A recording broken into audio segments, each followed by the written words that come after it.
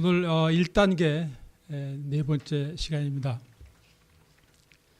이 모든 중독을 살펴보게 되면 지속적으로 죄를 짓도록 하는 병이라는 결론이 나옵니다. 그리고 그 죄의 내용들은 다름이 아닌 바로 극단적인 이기주의라는 것을 알 수 있습니다. 나의 어려움을 해결하는 것이, 또 나를 만족시키는 것이 다른 어느 것보다도 우선순위가 되는 것입니다. 그러나 회복의 길을 가고 있는 우리들에게조차도 나는 지금 무엇을 위해 살고 있는가 하는 질문에 정직하게 답변해 볼 수 있다면 이 죄의 뿌리는 아주 깊은 것임을 알 수가 있습니다. 물질, 권력, 사람들에게 사랑을 받는 것, 육신의 즐거움, 자녀들이 잘 되는 것, 교회 직분, 사람들에게 인정받는 것, 이러한 것들이 평생을 투자하고 있는데, 그것들을 위해서 평생을 우리가 투자하고 있는데 그들은 과연 행복한가요? 이러한 상황에서 살고 있는 회복 중인 중독자는 과연 안전한가요? 얼마간의 성취감을 가지고 또 행복하게 느꼈다 하더라도 이러한 것들은 언제 다시 잃어버리고 말 것인가 하는 두려움이 있게 마련입니다. 지난주에 말씀드린 대로 사람이 성령님과의 교제와 그분의 인도하심이 없이 이러한 것들로만 행복해질 수 있도록 하나님께서 우리를 창조한 것이 아니라는 사실을 우리는 알지 않으면 안 됩니다. 그러므로 우리가 하나님을 만나고 그분의 영이 우리를 주관할 때까지 우리는 방황자인 것입니다. 우리가 비록 신앙생활을 하고 있다 할지라도 우리들의 이중생활이 지겨워지기까지는, 또 나아가서 우리가 성령님께 의지하고 순종하는 삶을 살기로 결단하고 실행하는데 그야말로 목숨을 걸기 전에는 이러한 자기중심적 이기적인 삶은 지속되는 것입니다. 술, 마약, 도박도 그 중에 일부분이며 이것들이 우리에게 남겨준 것은 물질의 손실과 망가진 육신과 깨어진 인간관계와 내면의 공허뿐이었습니다. 갈라디아서 5장 17절에서 21절까지 말씀을 보면은 육체의 소욕에 따라 사는 삶의 내역이 나와 있습니다. 육체의 일은 현저하니 곧 음행과 더러운 것과 호색과 무상숭배와 술수와 원수를 맺는 것과 분쟁과 시기와 분냄과 당짓는 것과 불리함과 이단과 투기와 술취함과 방탕함과 또 그와 같은 것들이라. 전에 너희에게 경계한 것 같이 경계하노니 이런 일들을 하는 자들은 하나님의 나라를 유업으로 받지 못할 것이요. 하나님의 나라를 유업으로 받지 못하는 엄청난 대가를 치러야 한다는 것을 안다 할지라도 이 사람들은 이 죄로부터 해방되지 못하고 있는 것입니다. 그러면 대책은 무엇인가? 진정한 죄로부터의 해방은 의지력을 통하여 율법을 지키는 것으로 이루어지지 않는다는 것을 조금이라도 정직하게 자신과 죄와의 관계를 바라본 사람은 다 아는 사실입니다. 뭐냐? 하나님께서 율법을 주실 때 지킬 수 있는 능력을 함께 주신 것이 아니기 때문입니다. 율법은 우리로 하여금 죄인임을 깨닫게 해주시기 위해 주셨다는 것을 갈라디아서 3장 24절이 말씀하고 계십니다. 이같이 율법이 우리를 그리스도에게로 인도하는 몽학선생이 되어 우리로 하여금 믿음으로 말미암아 의롭다함을 얻게 하려 함이니라. 율법을 통하여 자신의 참모습을 정직하게 바라보게 된 사람은 나의 소망이 오직 하나님의 긍휼과 은혜에 있음을 알게 됩니다. 그러므로 이런 육체의 소욕을 쫓아 사는 삶의 결과가 정말 불행하게 느껴질 때, 고통스럽게 느껴질 때 사람들은 비로소 하나님을 찾고 의지하게 될 가능성이 있습니다. 자신이 어쩔 수 없는 죄인임을 깨닫게 되는 것입니다. 그런데 이것이야말로 축복이라고 말씀드렸습니다. 그런데도 불구하고 시간이 좀 흐르다 보면 우리는 다시금 죄인의 삶이 궁금해지는 것입니다. 그러나 회복의 펠로십 가운데 있는 사람들은 많은 유익한 점이 있는데 그 중에 하나가 다른 이들의 실수와 고통을 통해서도 죄의 결과를 직접 확인할 수 있게 되고 그로 인해서 내가 또다시 정신을 차릴 수가 있게 되는 것입니다. 하나님과 멀어진 삶의 결과를 다른 사람이 나를 대신해 통과하며 겪는 고통을 바라보며 하나님께서 주시는 은혜와 능력으로 이 세상을 이겨나갈 결단을 다시 하게 되는 것입니다. AA라든지 GA라든지 이러한 리커버리 펠로십의 유익 중에 하나가 누가 나를 대신해서 재발하고 돌아와서 그 피눈물 나는 고통스러웠던 그 쉐어를 해주는 걸 들을 수가 있습니다. 사랑하는 길갈 식구 여러분, 율법의 시대가 끝이 나고 은혜의 시대가 시작되기 위해 하나님이신 예수께서 이 땅에 우리와 같은 육신을 가지고 오시게 됩니다. 하나님의 본체가 되시는 거룩하신 분이 죄인들과 함께 섞이셨습니다. 그리고 왜 이 땅에 오셨는지를 마가복음 2장에서 말씀하십니다. 바리새인들이 보고 그 제자들에게 이르시되 어찌하여 너희 선생은 세리와 죄인들과 함께 잡수시느냐. 예수께서 들으시고 저희에게 이르시되 건강한 자에게는 의원이 필요 없고 병든 자라야 쓸데있느니라. 내가 의인을 부르러 온 것이 아니요 죄인을 부르러 왔노라 하시냐. 이것이 바로 굿뉴스, 복음입니다. 병든 자와 죄인을 부르시고 구원하시기 위해서 우리 주님은 오셨습니다. 바로 우리를 위해서 오신 것입니다. 그런데 모든 죄인들이 회개하며 주님을 영접하였습니까? 아닙니다. 이것은 그때나 지금이나 마찬가지입니다. 그러면 모든 중독자들은 자신의 능력으로 도저히 감당할 수 없는 병을 앓고 있다는 것을 인정합니까? 아닙니다. 아주 작은 숫자의 중독자만이 자신의 완전 패배를 인정하고 항복합니다. 이 완전 패배를 인정하는 것이 바로 1단계인 것입니다. 그런데 왜 회복의 단계 맨 첫머리에 이 완전 패배를 인정해야 하는 것일까요? 내가 병들지 않았다고 생각하는 사람이 의원에게 찾아가지 않는 것과 마찬가지로 죄인인 줄 모르는 사람들이 예수님의 십자가 앞으로 나갈 수가 없는 것입니다. 중독자도 마찬가지입니다. 예수님께서 말씀하십니다. 심령이 가난한 자는 복이 있나니 천국이 저희 것이며 심령이 가난한 자가 받는 복은 천국을 소유하는 것이라 하십니다. 천국은 하나님의 나라를 말합니다. 하나님의 나라는 하나님이 주권자가 되시고 하나님의 통치가 이루어지고 있는 것을 말합니다. 하나님께서 나의 삶을 주관하고 계시면 나의 삶 속에 천국이 이루어지는 것입니다. 가정이나 교회도 마찬가지입니다. 또 이 다음에 구원받은 성도가 가는 곳인 천국은 영원한 하나님의 주권 아래에 있는 곳입니다. 이러한 복을 받기 위해 우리는 심령이 가난해져야 한다고 합니다. 가난하다는 것은 무슨 뜻인가? 헬라어로 쓰여진 프토코스라는 이 단어의 뜻은 완전히 파산되어 거지 상태가 된 것을 말합니다. 도움이 없이는 하루도 지탱할 수 없는 상태입니다.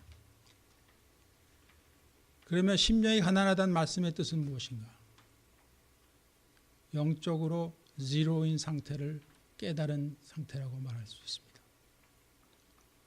다른 말로 하면 하나님의 필요를 절실하게 깨달은 상태, 하나님의 도움이 없이는 하루도 지탱할 수 없음을 인정하게 된 상태입니다. 물에 빠져 죽게 된 사람이 살려달라고 외치는 심정이 되어 있는 상태입니다.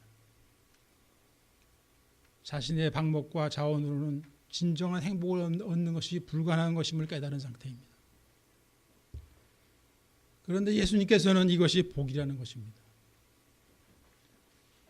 그러면 어떤 과정을 거쳐 이 상태에 이를 수가 있는 것인가? 심령이 가난한 자들의 모습은 어떤 것인가? 한번 알아보겠습니다. 첫째로 아주 심하게 두드려 맞은 사람들의 상태입니다. 사회의 부정, 부패, 부조리, 가난, 질병, 전쟁, 재난, 중독 등으로 완전히 망한 사람들의 상태입니다. 이때 무엇을 느끼게 되는가? 자신이 환경을 전혀 컨트롤할 수 없음을 처절하게 깨닫게 되는 것입니다. 파워레스네스와 언매니저블 라이프로 인해서 하나님께 두 손 들고 나오는 이들이 심령이 가난한 상태라고 할 수 있습니다. 산상수훈을 듣고 있는 무리들 중 많은 사람들이 우리와 마찬가지로 여기에 속한 사람들입니다. 두 번째로 자신이 죄인임을 깨달은 사람들입니다. 누가복음 18장 13절에서 하늘을 우러러 보지도 못하고 기도하는 세리의 모습을 봅니다. 세리는 멀리 서서 감히 눈을 들어 하늘을 우러러 보지도 못하고 다만 가슴을 치며 가로되 하나님이여 불쌍히 여기옵소서 나는 죄인이로소이다 하였느니라.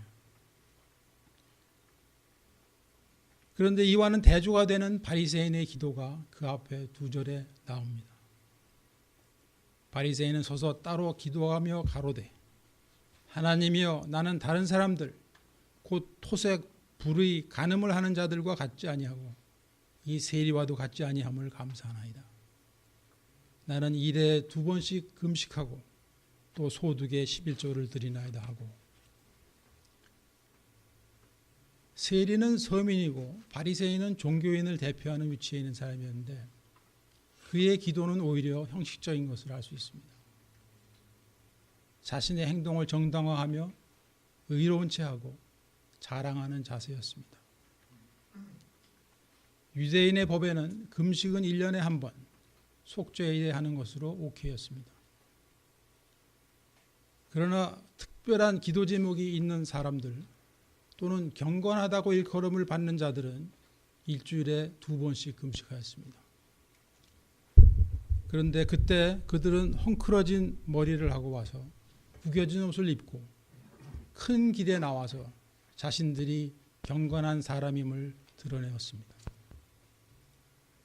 그런데 예수님께서는 이런 행위를 싫어하심을 알 수가 있습니다.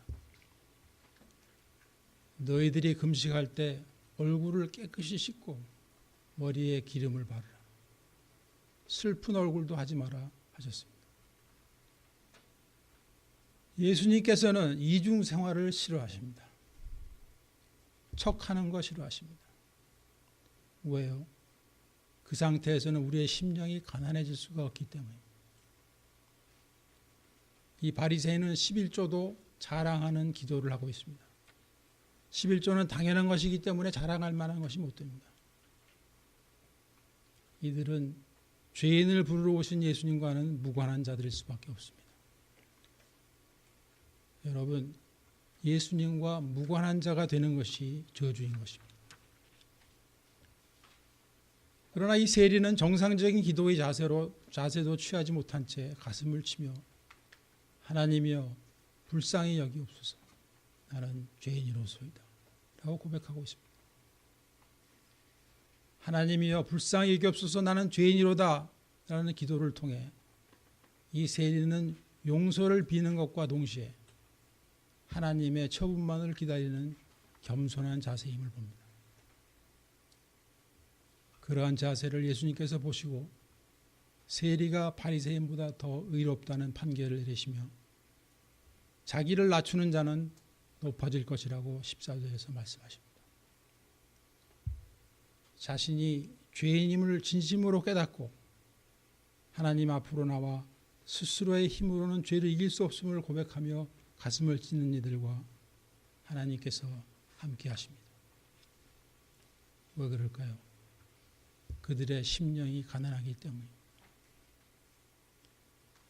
세 번째로 내가 주장할 것이 아무것도 없는 것을 확실하게 믿고 있는 사람은 심령이 가난한 사람입니다. 욥기 1장 21절을 보면 욥이 모든 것을 다 잃고 난 후에 고백이 기록되어 있습니다. 가로되 내가 모태에서 적신이 나와 싸운즉 또한 적신이 그리로 돌아갈지어라. 주신 자도 여호와시오 취하신 자도 여호와시니 여호와의 이름이 찬송을 받을지니이다. 여러분, 이 세상에도 이와 비슷한 말이 있는 것 같아요. 공수래 공수고 빈손으로 왔다 빈손으로 간다는 말씀입니다.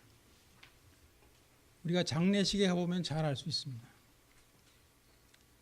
수도 없이 장례식에 가지만 너무나 빨리 잊어버려요. 우리가 갈 때는 다 빈손입니다. 제가 보니까 많이 가지고 가시는 분이 성경책 한 권 가지고 가시더라고요. 그러나 이 욥기의 말씀은 세속적인 허무주의나 체념 내지는 탄식이 아닙니다. 이 말씀은 하나님의 주권과 섭리를 인정하는 고백인 것입니다. 나는 진흙이요 하나님은 토기장이심을 고백하는 것입니다. 욥은 하나님을 섬기는 이유가 그가 가졌던 재물이 아니었음을 이 고백을 통해 확실히 하고 있습니다. 시간도 물질도 인생조차도 그 주인이 내가 아닌 것을 욥은 확실히 알고 있었습니다. 우리가 드리는 예배, 헌금, 봉사, 또 이 귀한 회복, 그리고 내가 지금 숨을 쉬고 살아있는 것조차도 오직 하나님의 은혜인 것을 아는 사람이 심령이 가난한 사람인 것입니다. 하나님께 나아갈 수 있는 오직 한 길은 내가 세운 공적이나 바친 물질이 아니라 긍휼을 바라는 믿음뿐인 것을 깨닫는 것이 심령이 가난해진 것입니다. 이 세리와 욥의 고백 속에서 어떠한 공통점을 발견하십니까? 그것은 정직과 겸손입니다. 심령이 가난하다는 의미는 자신이 처해 있는 문제를 정직하게 인정할 뿐만 아니라 겸손하게 하나님의 해결 방법을 받아들이는 것입니다. 반복하겠습니다. 심령이 가난하다는 의미는 자신이 처해 있는 문제를 정직하게 인정할 뿐만 아니라 겸손하게 하나님의 해결 방법을 받아들이는 것입니다. 물에 빠진 사람이 살려달라고 외쳤는데 정작 던져준 밧줄을 붙잡지 않는다면 살려달라는 말은 진심이라고 할 수가 없는 것입니다. 이 밧줄은 색깔이 마음에 안 들어요. 그러고 안 잡는 사람이 있을까요? 이 나이롱 줄은 미끄러운데 다른 줄 없나? 하는 사람은 아직 급한 것이 없는 사람입니다. 자기가 물에 빠져 죽기 직전이라는 것을 깨달은 사람은 이렇게 말할 수가 없는 것이죠. 줄이 미끄러우면 이빨로 물고서라도 건짐을 받아야 할 것입니다. 그러므로 1단계에서 우리가 정직하게 중독에 대한 파워레스너스를 인정하고 언매니지블 라이프를 진심으로 겸손하게 받아들이게 된다는 것은 하나님의 축복을 그리고 파워를 받게 되는 지름길이 되는 것입니다. 그리고 이 파워는 매일매일 받아야 합니다. 매일매일 무력함을 인정하는 것은 하나님의 파워를 얻는 길입니다. 사랑하는 길갈 여러분, 식구 여러분, 제 자신의 회복이 진행되면서 새롭게 깨닫게 된 것들이 있어요. 그 중에 하나가 고통에 관한 것입니다. 사람은 아무도 심한 어려움, 고통을 겪는 것을 원하는 사람은 없습니다. 또 자신의 실수와 부족함을 시인하는 것은 본능적으로 싫어할 수밖에 없는 것입니다. 그러나 교만한 사람들, 강팍한 사람들, 자기 중심주의적이고 이기주의적인 사람들, 미성숙한 사람들, 또 중독자들이 하나님의 사람으로 변화되는 과정에서 고통과 고난이 자주 사용되어지고 있다는 것을 그 사실을 알 수가 있습니다. 제 자신도 중독이 아니었다면 하나님을 찾지도 않았을 것이고 생과 사의 갈림길에 서보지 않았었다면 제 자신이 얼마나 자기중심주의적이고 이기주의적인 것인지 깨닫지도 못했을 것입니다. 그러므로 저는 엄청난 복을 고통을 통해서 받은 사람입니다. 지금은 뇌졸중으로 힘들어하고 있는데 이것을 통하여 하나님께서 무엇을 깨닫게 해주실는지 궁금합니다.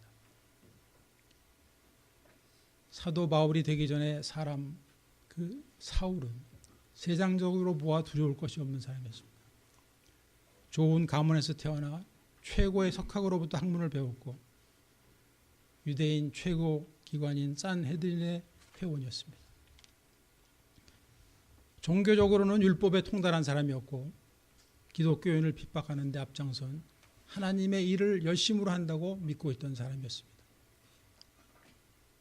그러나 그가 다메섹을 향해 가던 중 갑자기 장님이 되었습니다. 한순간에 파워레스한 상태가 되고 만 것입니다. 그때 그의 족보도 학식도 권세도 신앙조차도 아무런 도움이 되지 못했습니다. 그러나 바울은 이 과정이 없이는 다시 태어날 수가 없었습니다.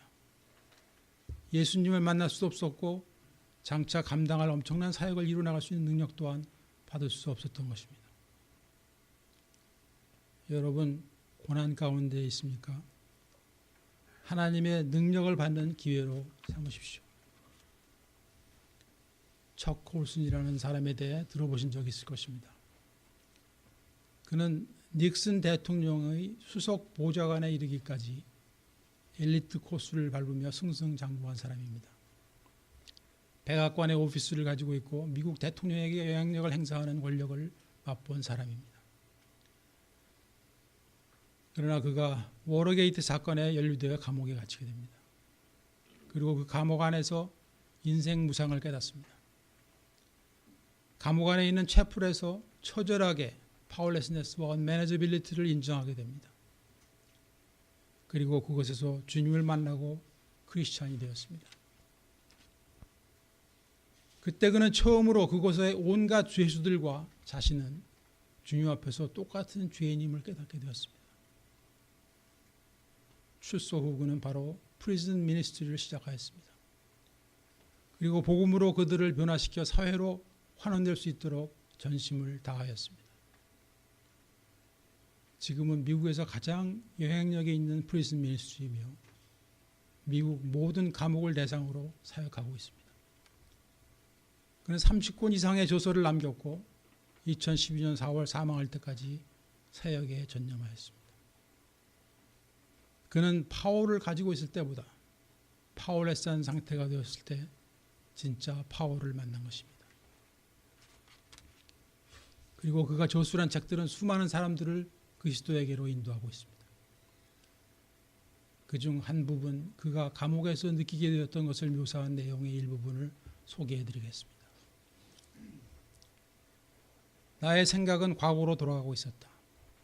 학창시절 받았던 많은 상장들과 장학금, 법정에선 변호사로서 멋있게 이겼던 수많은 사건들, 정부 고위 관리로서 내렸던 엄청나게 큰 결정들, 그야말로 나의 인생은 승승장구 아메리칸 드림을 이루어가고 있었다. 그러나 이 모든 성공이 오늘 이 아침이 이렇게도 눈부시고 아름답게 느껴지게 하는데 전혀 도움을 주지 못한다는 것. 그리고 내가 일으켰던 모든 업적들이 하나님의 사업에 아무런 의미도 부여하지 못하였음을 깨달았다. 감옥 채플에 앉아 이 차가운 사실을 대면하면서 나는 무너져가고 있었다.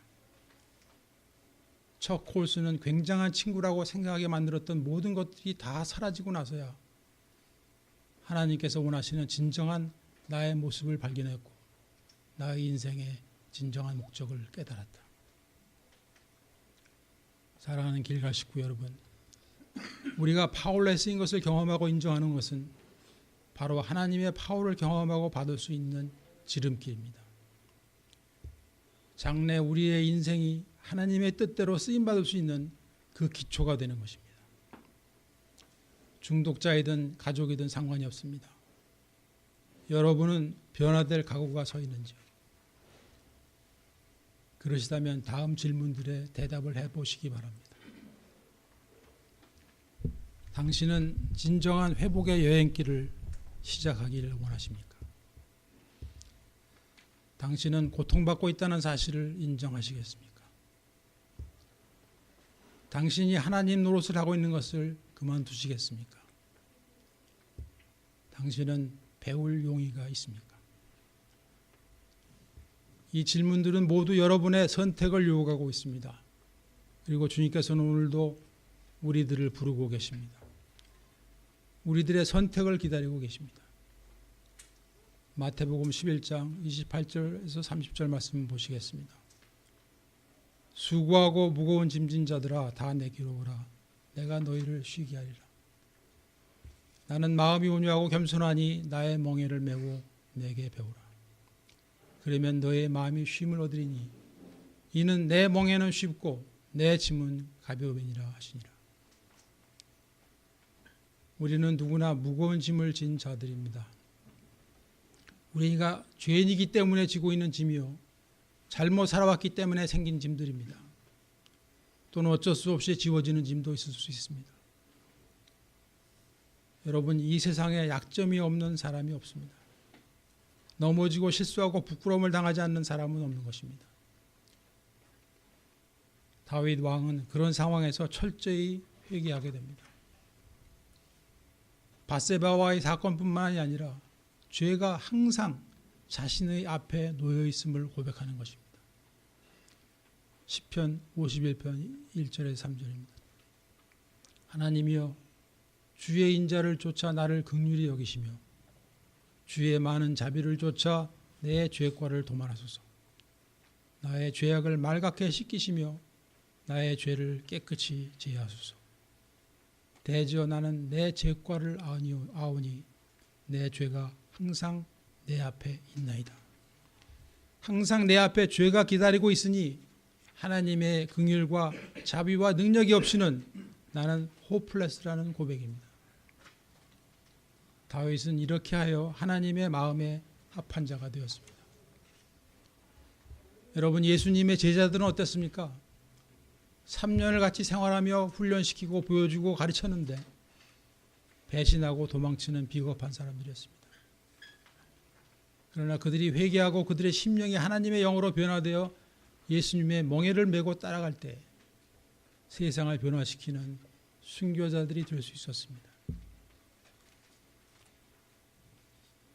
사랑하는 길갈 식구 여러분, 오늘로써 1단계 강의를 마치게 되는데 제가 12단계 전체에 가장 간단한 결론을 내려드리겠습니다. 12단계 중 1단계만이 무력함과 무질서가 주제이고 나머지 11단계는 그것들의 해결을 말해주고 있습니다. 이제부터 문제 속에 사는 것이 아니라 문제가 있으되 해결 속에서 살아가기를 원합니다. 이것은 바로 나의 짐을 내려놓고 주님께 길을 묻는 것으로 시작이 됩니다. 우리가 매기를 원하는 주님의 멍에는 어려운 것 같이 보이지만 실상은 훨씬 쉽고 가볍습니다.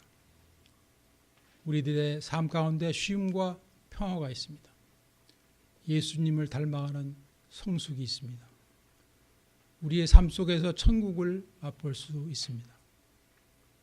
이제부터 우리 모두가 모든 것이 합력하여 선을 이루어가는 그 현장에서 살아가게 될 것을 확신합니다. 1단계 강의 모두 마치겠습니다. 감사합니다.